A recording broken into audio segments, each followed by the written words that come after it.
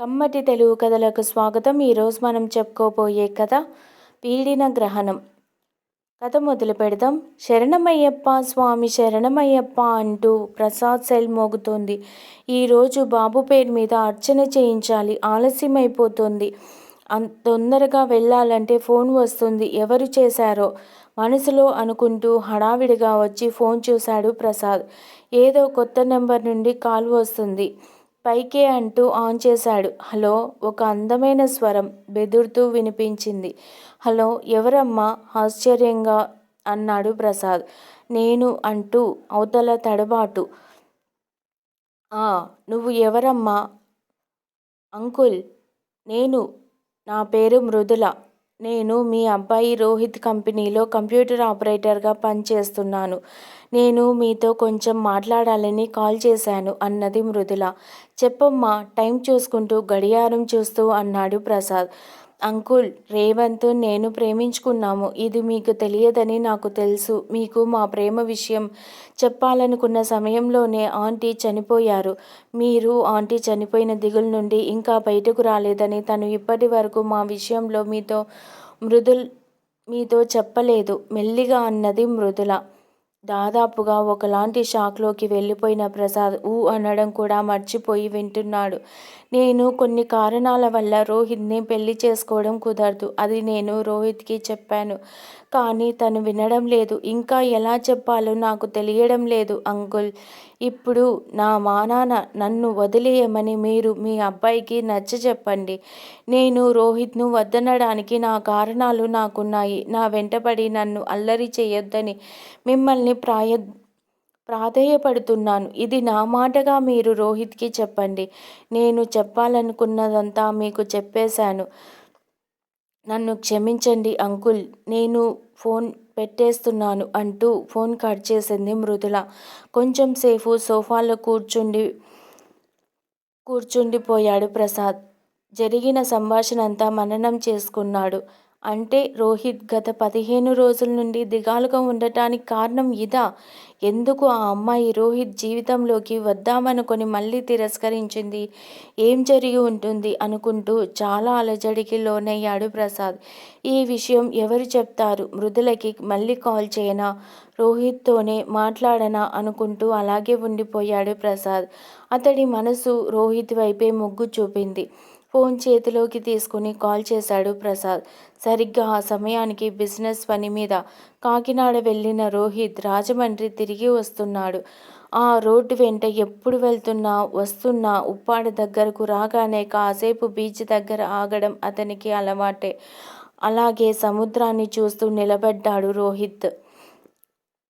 Uppada beach ప్రత్యేకత ఏమిటంటే సముద్రపు అలలు రోడ్డు మీదకు వచ్చి తాకుతూ వెళ్తాయి. ఆ నీళ్లను తాకుతూనే వాహనాలు అటు ఇటు వెళ్తుంటాయి. ఇలా మరెక్కడా కూడా బీచ్ రోడ్డుకి ఆనుకొని ఉండదు. నీలివర్ణంలో ఆకాశాన్ని చుంబించాలని ఎగసిపడే అలలు ఎగరలేక శ్వేతవర్ణంలో నేలను చూడటానికి ఎంతో మనోహరంగా ఉంటుంది. అంతలో అతని మొబైల్కి మెసేజ్ వచ్చిన సౌండ్ వినిపించింది. తీసి చూశాడు. మృదుల ఇంటి నుండి మెసేజ్ అనుకుంటూ ఆతృతగా మెసేజ్ ఓపెన్ చేశాడు. రోహిత్, నేను మీ నాన్నగారితో మన విషయమంతా చెప్పేశాను. ఇక నాకు కాల్ చేయడం కానీ నన్ను కలిసే ప్రయత్నం కానీ మరెప్పుడు చేయొద్దు. నా మొబైల్ నెంబర్ కూడా మార్చేస్తున్నాను. బై ఫర్ ఎవర్ అని మెసేజ్లో ఉంది. ఇది చదివి రోహిత్ శిలలా నిశ్చేష్టుడయ్యాడు. అతని మనసు కూడా సముద్రంలా ఆలోచన కెరటాలతో ఎగసిపడింది. చెప్పలేనంతటి భావోద్వేగానికి గురవుతున్నాడు. అప్పుడే మొబైల్ రింగ్ అయ్యింది. డాడీకి అంతా తెలిసిపోయింది. నేను ఇంతకాలం చెప్పలేదని ఎంత బాధపడ్డారో అనుకుంటూ ఫోన్ ఆన్ చేశాడు. బాబు, ఎక్కడి వరకు వచ్చావు? అడిగాడు ప్రసాద్. ఉప్పాడ బీచ్ వరకు వచ్చాను డాడీ, వచ్చేస్తున్నాను. మీరు గుడికి వెళ్ళాలన్నారు కదా, వెళ్ళి వచ్చారా అన్నాడు రోహిత్. లేదు, వెళ్ళలేదు బాబు, రేపు ఉదయం వెళ్తాను. నువ్వురా, ఎదురు చూస్తున్నాను అన్నాడు ప్రసాద్. డాడీ ఆరోగ్యం బాగలేదా? గొంతు నీరసంగా అనిపిస్తుంది. మీరు దేని గురించి ఎక్కువగా ఆలోచించి మనసు పాడు చేసుకోకండి. నేను వచ్చాక అన్ని వివరంగా చెప్తాను కంగారుగా అడిగాడు రోహిత్. నాకు ఏమీ కాలేదురా నాన్న, నువ్వు వచ్చాక మాట్లాడుకుందామని ఫోన్ పెట్టేసి సోఫాలో వెనక్కి వాలి కళ్ళు మూసుకున్నాడు ప్రసాద్. రోహిత్ కాల్ స్టార్ట్ చేశాడు.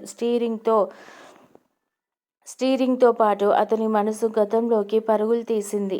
ప్రసాద్, రేవతిల ఏకైక పుత్రుడు Rohit. Nova Cola cool drinks manufacturing company యజమాని ప్రసాద్. 3 పువ్వులు 6 కాయలుగా కంపెనీ నడుస్తుంది. రోహిత్ ఎంఎస్ చేయడానికి అమెరికా వెళ్ళాలనుకున్నాడు. అందుకు జీఆర్ఈ పరీక్ష రాసి అర్హత సంపాదించుకున్నాడు. కానీ అదే సమయంలో కారు ప్రమాదంలో రేవతి అక్కడికక్కడే మరణించింది. భార్య మరణంతో ప్రసాద్ కుప్పకూలిపోయాడు. దానితో రోహిత్ భవిష్యత్తు అయోమయంలో పడింది. మానసికంగా కుంగిపోయిన తండ్రిని వదిలి అమెరికా వెళ్లేందుకు రోహిత్ మనసు అంగీకరించలేదు. తండ్రికి అండగా నిలబడి బిజినెస్ చూసుకోవాలని నిర్ణయించుకున్నాడు. రోహిత్ ఆధ్వర్యంలో అతి తొందరలోనే లేటెస్ట్ ఎక్విప్మెంట్ సహకారంతో కంపెనీ లాభాల పట్ట పట్టింది. కంపెనీలో ఆపరేటర్గా చేరిన మృదుల మొదటి చూపులోనే రోహిత్ మనసుని ఆక్రమించింది. మృదుల సన్నగా చామంచాయ రంగులో నవ్వు ముఖంతో పొందికగా సౌమ్యంగా తన పనేదో తను చూసుకుంటుంది. మొదట్లో బాస్ వర్కర్లా ఉన్న వారిద్దరూ కాలక్రమేణా స్నేహితులయ్యారు. స్నేహం ప్రేమగా మారేందుకు కూడా ఎక్కువ సమయం పట్టలేదు. ఒకరి కుటుంబ విషయాలు మరొకరు పూర్తిగా ఆకలింపు చేసుకున్నారు. మృదుల వాళ్ళది సాంప్రదాయబద్ధంగా ఉండే మధ్యతరగతి కుటుంబం. మృదుల కన్నా పెద్ద అమ్మాయికి పెళ్ళైపోయింది. మృదులకి కూడా సంబంధాలు చూస్తున్నారు. మృదుల, రోహిత్లు ముందు రోహిత్ ఇంట్లో పెళ్లి గురించి చెప్పాక తరువాత మృదుల వాళ్ళ ఇంట్లో చెప్పాలనుకున్నారు. మృదులలో రోహిత్కి నచ్చని ఒకే ఒక్క విషయం జాతకాల పిచ్చి. ఉదయం జాబ్కి వచ్చే టైం కూడా వర్జం చూసుకొని బయలుదేరుతుంది. ఏ విషయానికైనా పంచాంగం చూడాలి అంటుంది. ఏంటి మృదుల, అదంతా ట్రాష్. సైన్స్ ఇంత డెవలప్ అయిన రోజులలో కూడా ఈ జాతకాలు వారఫలాలు ఏంటి? రోహిత్ చాలాసార్లు వాదిస్తుంటాడు. ఊహు ఆ విషయంలో మృదుల ఎవరి మాట వినదు. చిన్నప్పటి నుండి కట్టుదిట్టాలలో పుట్టి పెరగడం వల్ల ఆమె నరాల్లో అవి జీర్ణించుకుపోయాయి. మృదుల 15 రోజుల క్రితం జ్యోతిష్యుడి దగ్గరకు ఫ్రెండ్ వెళ్తుంటే తోడుగా వెళ్ళింది. అక్కడకు వెళ్ళాక కుతూహలంతో రోహిత్కి తనకి జాతకాలు కలిశాయా లేదా అని చూపించింది. ఆయన పెద్ద బాంబులాంటి విషయం పేల్చారు. పెళ్ళంటే బ్రహ్మ పదార్థం, బ్రహ్మచారులకి అర్థం కాని యథార్థం. మీ ఇద్దరి జాతకాలు విడివిడిగా బాగున్నాయి, కలిపితే అబ్బాయికి మృత్యుగండం ఉంది. నువ్వు అడుగు పెడితే అత్తగారింటికి అరిష్టం వాటిల్లుతుంది అన్నాడు జ్యోతిష్యుడు. అది విన్నప్పటి నుండి నన్ను మర్చిపో రోహిత్, నేను ఈ పెళ్ళి చేసుకోను అనడం మొదలుపెట్టింది మృదుల. ఏమైంది మృదుల, నిజం చెప్తావా లేదా అని గట్టిగా నిలదీశాడు రోహిత్. జ్యోతిష్యుడు చెప్పినవన్నీ చెప్పింది మృదుల. అవన్నీ నిజాలు కావు, మూఢనమ్మకాలు అని రోహిత్ ఎంత నచ్చ చెప్పినా ప్రయోజనం లేకపోయింది. రోహిత్ తను వినడం లేదని మృదుల అతని కంపెనీలో ఉద్యోగం మానేసింది. గత జ్ఞాపకాల దొంతర నుంచి ఇల్లు రావడంతో వాస్తవంలోకి వచ్చాడు రోహిత్. సోఫాలో కూర్చొని ఉన్న ప్రసాద్ పక్కన కూర్చొని నుదుటి మీద చెయ్యి వేసి చూశాడు రోహిత్. ముఖంలో బాగా అలసట కనిపిస్తుంది. బాగా టెన్షన్ పడుతున్నారా డాడీ అన్నాడు రోహిత్. మృదుల గురించి చెప్పు, డైరెక్ట్గా పాయింట్కి వచ్చాడు ప్రసాద్. సరే డాడీ, ఏమీ దాచకుండా అన్నీ చెప్తాను అని వారిద్దరి పరిచయం నుండి ఇప్పటిదాకా జరిగినదంతా తండ్రికి చెప్పాడు రోహిత్. మృదుల చాలా మంచి అమ్మాయి డాడీ, అచ్చు అమ్మలా ప్రేమిస్తుంది. నేనంటే తనకు చాలా ఇష్టం. నాకు ఏదో అవుతుందని పిచ్చిగా ఆలోచిస్తుంది. తను లేకుండా నేను ఉండలేను డాడీ, తండ్రి ఒడిలో తలపెట్టి దిగాలుగా అన్నాడు రోహిత్. ప్రసాద్ సమానంగా కొడుకు తల మౌనంగా నిమిరాడు.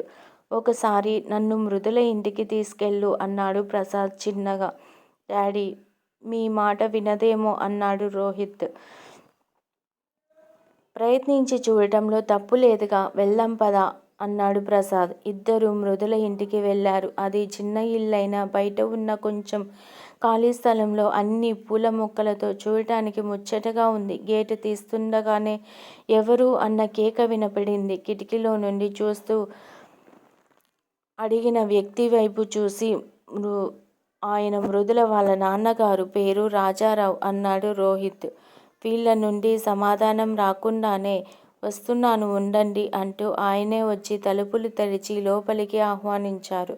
రోహిత్ నమస్తే అంకుల్ అని చేతులు జోడించాడు. ఆయనకి రోహిత్తో పరిచయం ఉండటంతో ప్రతి నమస్కారం చెప్పి రండి బాబు కూర్చోండి అంటూ కుర్చీలు చూపించాడు కూర్చోమని. ఈ అలికిడికి లోపలి నుండి మృదుల, ఆ వెనుక వాళ్ళ అమ్మ నాన్న కూడా హాల్లోకి వచ్చారు. మృదుల ఈ అనుకోని హఠాత్ పరిణామానికి అవాక్కయ్యి అలాగే చూస్తూ నిలబడిపోయింది. మృదుల వాళ్ళమ్మ నమస్తే బాబు బాగున్నారా? మృదుల ఫోటోలో బాస్ అని మిమ్మల్ని చూపించింది. అందుకే గుర్తుపట్టాను. ఈయన మీ నాన్నగారా? పోలికలు తెలుస్తున్నాయి. ఈ మధ్య మీ అమ్మగారు కాలం చేశారని కూడా అమ్మాయి చెప్పింది. మంచి మనుషులకే కష్టాలు వస్తుంటాయి. మీరు బాబు కోసమైనా గుండె దిటవు చేసుకోక తప్పదండి అంటూ ప్రసాద్ వైపు తిరిగి అన్నది. ఆవిడ పరిచయం ఉన్న వాళ్లతో మాట్లాడినట్టు గబగబా మాట్లాడేస్తోంది. లక్ష్మి వాళ్లకు కాఫీ అయినా ఇస్తావా?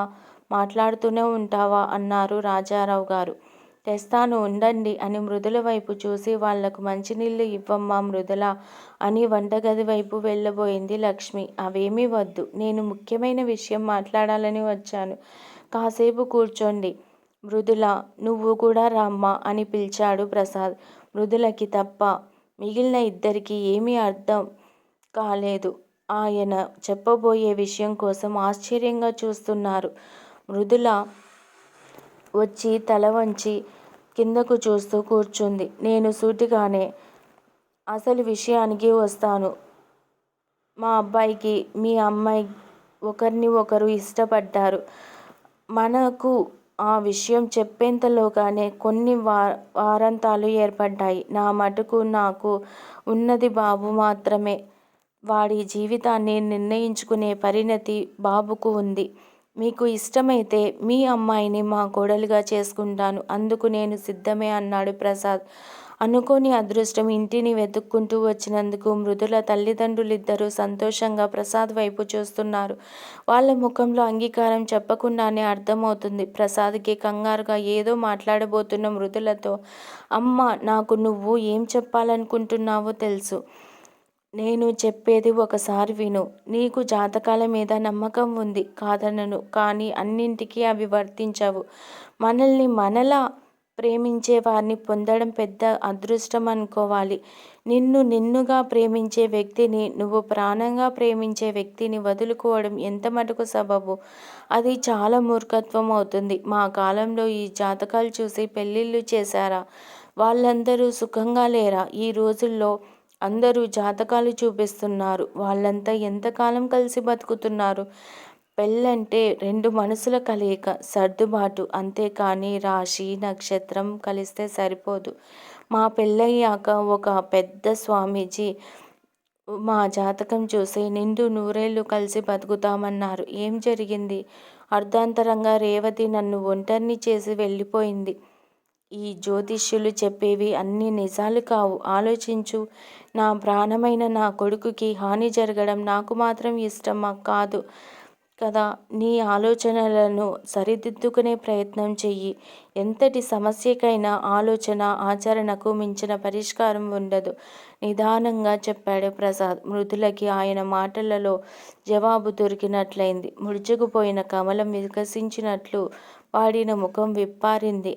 తమకు తెలియనిది ఏదో వాళ్ళ మధ్య జరిగిందని మృదుల తల్లిదండ్రులకు అర్థమైంది.